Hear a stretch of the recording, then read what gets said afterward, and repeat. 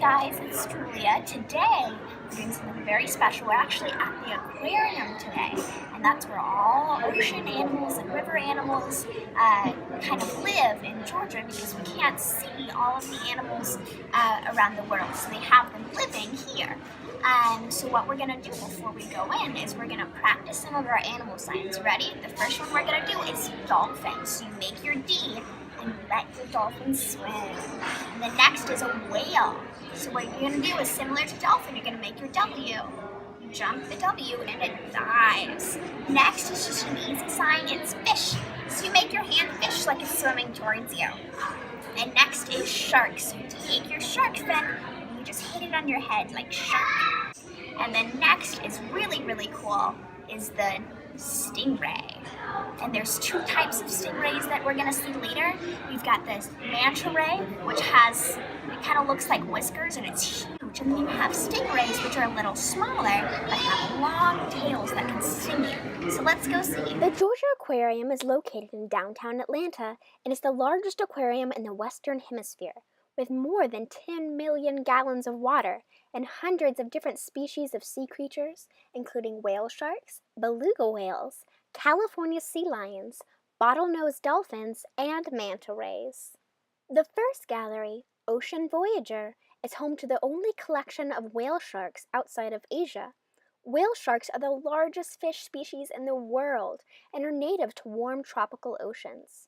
The aquarium has 2 males and 2 females, all the way from Taiwan, named Ralph, Norton, Alice, and Trixie. The Ocean Voyager exhibit is the largest indoor aquatic habitat in the world. It was designed to mimic the Mesoamerican Barrier Reef System, which extends along the coast of Mexico, Belize, Guatemala, and Honduras. The thing that we're going to be doing is we're going to be watching a dive show. There's one thing that I want to show you before it starts, is that there's groups of fish that swim together, and when they swim together, it's called a school. It's kind of like our school, how we all swim together. It's all the same kind of fish, and they swim together. Let's look.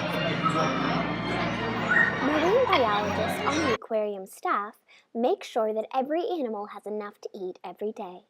Animal diets, amounts of food, and the number of feedings per day vary widely from species to species. Along with the whale sharks are species like great hammerhead sharks, sawfish, bowmouth guitarfish, and grouper. As long as they are properly fed, even the most predatory species won't typically feed on the smaller fish. To their first fish. These do not touch their head, these do not touch their gills.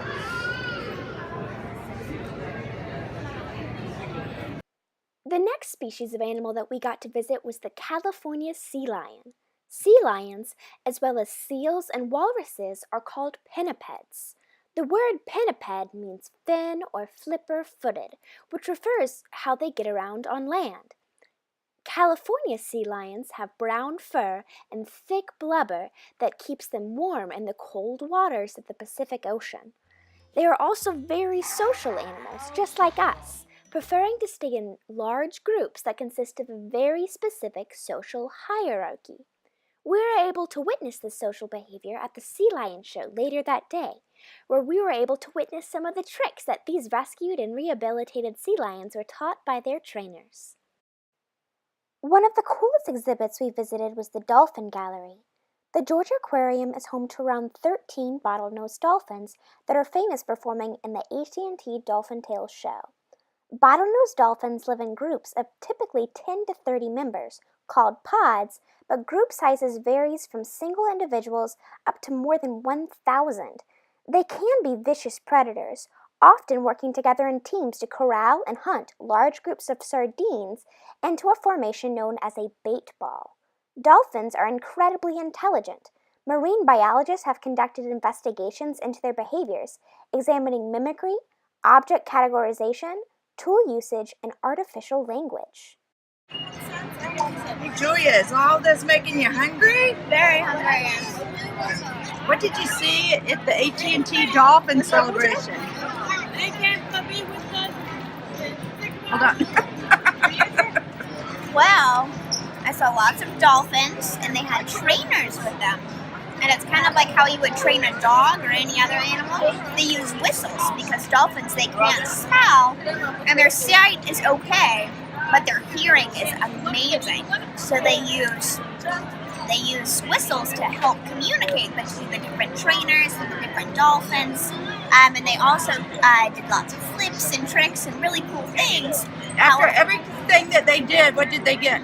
After everything that they did, they would get fish as kind of like a reward. So They're into positive really reinforcement too, aren't they? positive reinforcement. Got a lot of other things to see, so I'm going to finish this and we're going to go and touch some fish.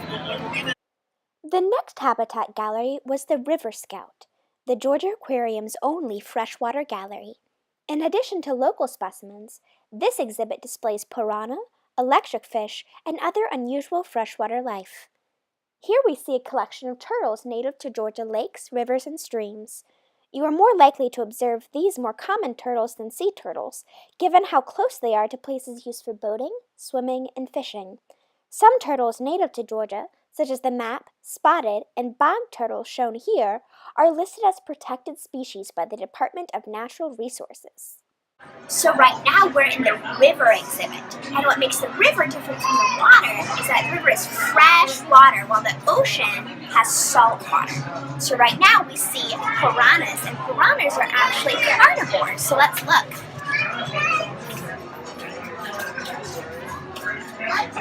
Okay. Here's a full-grown electric eel. They have poor vision, so instead of using eyes, electric eels emit a weak electric signal, which they use like radar to navigate, to find a mate, and to find prey. Once prey is found, electric eels will use a much stronger shock to stun prey, usually smaller fish. The next section was the Georgia Pacific Coldwater Quest, which features animals from the polar and temperate regions of the world and contains most of the mammal species in the aquarium's collection. This exhibit includes beluga whales in the ocean's second largest habitat, sea otters, Japanese crabs, weedy sea dragons, and African penguins. So if you want to sign starfish, you take 2 fingers, make star, and then fish. And that lives in cold water. That's the red? Yeah, 2 fingers. Take the red. What's that? See how cold the water is. Ew, it's chilly. It's freezing. Are we allowed to touch the sea star? Absolutely. The only thing we're not touching right now is this guy, because he fell over and he's kind of upside down. He's in the process of righting himself. So you may want to wait till you come over here and you can reach a little better. Okay, yeah. If you like really stretch, you'll fall in the water. If you fall in the water, we get to keep you. We'll go to work at the aquarium tomorrow. Okay, cool. Can't swim, so never mind. Well, you could probably stand up in the big ass water. Like chill. Yeah. But we still get to keep you. Here, my new friend Ben is explaining the habits of the sea anemone. Though they do kind of look like sedentary plants, they're actually predatory animals that use their tentacles to paralyze their prey and guide it into their central mouth holes. I was allowed to touch sea anemones because the skin on the inside of our hands is thick enough so the stinging cells don't reach our nerves and we don't feel it, though when you do pull away, you can tell what's going on. Okay, don't hurt yourself. The beluga, or white whale, is one of the smallest species of whale. Their distinctive color and prominent foreheads make them easily identifiable. It weighs anywhere from 2,000 to 3,000 pounds and can grow up to 20 feet long. Unlike most other whales, the beluga has a very flexible neck that enables it to nod and turn its head in all directions. Belugas generally live together in small groups known as pods. They are social animals and very vocal communicators. They use a diversified language of clicks, whistles, and clangs. Belugas can also copy a variety of other sounds. Call that one squawk. See how it's coming out of his blowhole? So he's got his mouth under the water. He makes that sound out of his blowhole. Call this one sputter. Call this one popcorn.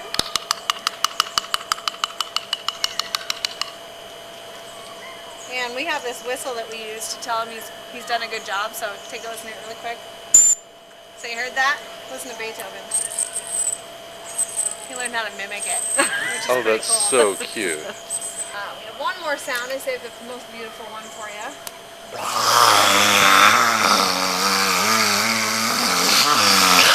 Isn't that attractive?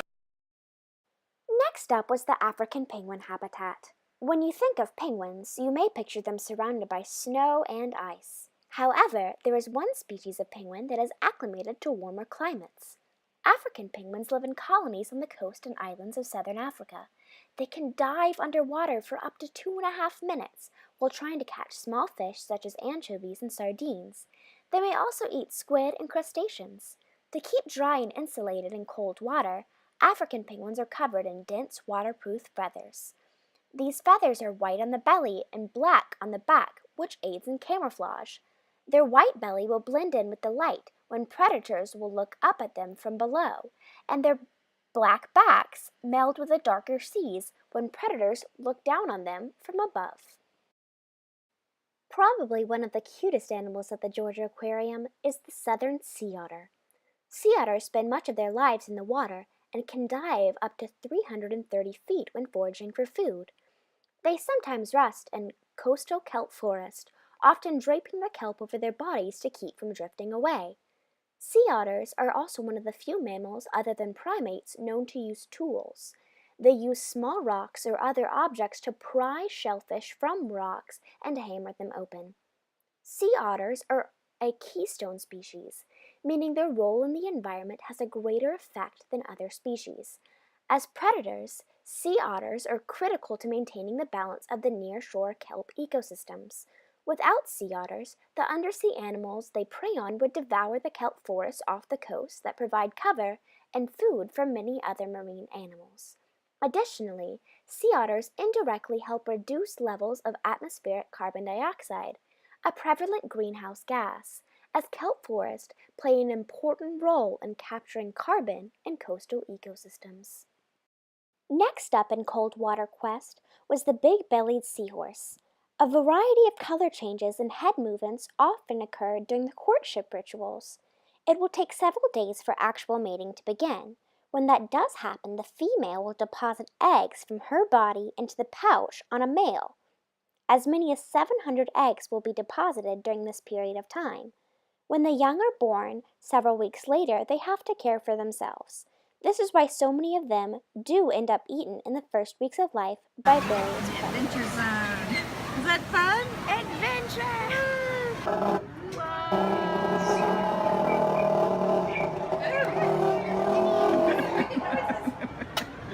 What kind of animal is it? It's an Alligator. How they make weird sounds. Okay, so what we have is we have horseshoe crabs, and they're very, very, very old. Just look.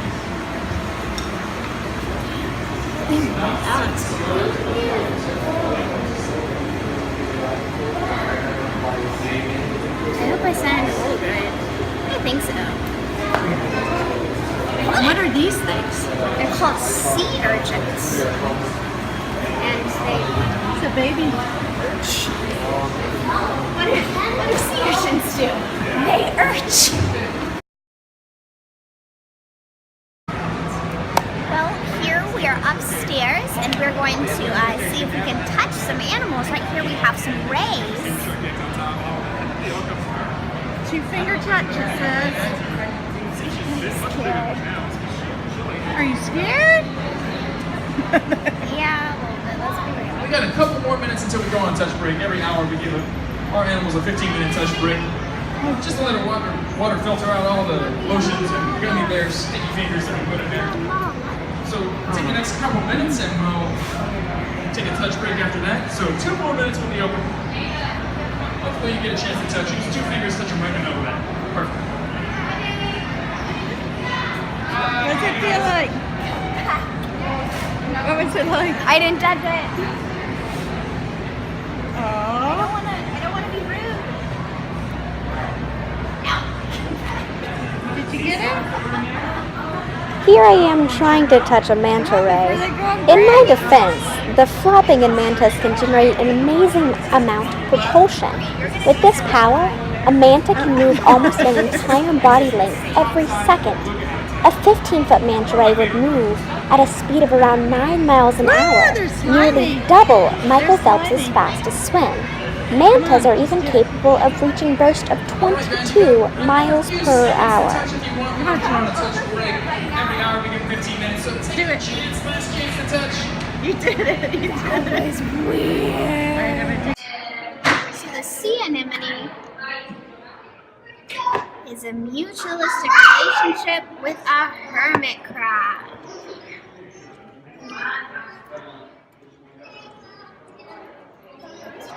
A shark, let's see, consiglic relationship with a remora. Our last gallery was the tropical diver, which mimicked the Indo-Pacific barrier reefs. The first animal we saw was the lionfish, which is now considered an Atlantic invasive species, meaning it has the potential to harm the reef ecosystems. One of the coolest parts of Tropical Diver was Jelly Alley. Jelly Alley is an exotic and relaxing section of Tropical Diver where guests can observe different kinds of undulating jellies. Moon jellies, as shown here, tend to live alone. However, there have been times where they are known to be in groups, such as blooms. This is due to them being at the mercy of the current and wind, though. That is why they are often found in large numbers on the shore. Not all jellies sting, but the Japanese sea nettles, shown here, definitely do. It hunts tiny drifting animals by trailing those long tentacles and frilly mouth arms, all covered with stinging cells. When the tentacles touch prey, the stinging cells paralyze it and stick tight. My favorite section of Tropical Diver was the Pacific Barrier Reef habitat. Holding 164,000 gallons of water, it is one of the largest living reef exhibits in the United States. Coral reefs are one of the world's most colorful and diverse ecosystems, and though they cover only about 1% of the ocean floor, they have a huge effect on the health of the rest of the world. Healthy coral reefs means healthy oceans, which means a healthy planet. Coral reefs are becoming increasingly threatened, and scientists estimate that the threats to these delicate ecosystems, which include climate change, pollution, overfishing, and sedimentation, could result in a loss of a third of the world's remaining coral reefs within the next 30 years. However, as lifelong learners, it is our job to help save not only our reefs, but all of our ocean habitats as well. Together, we can learn to conserve water, reduce pollution, recycle and properly dispose of trash, practice safe ocean exploration, and help spread the word about ocean conservation. From all of us at the Georgia Aquarium, thanks for watching!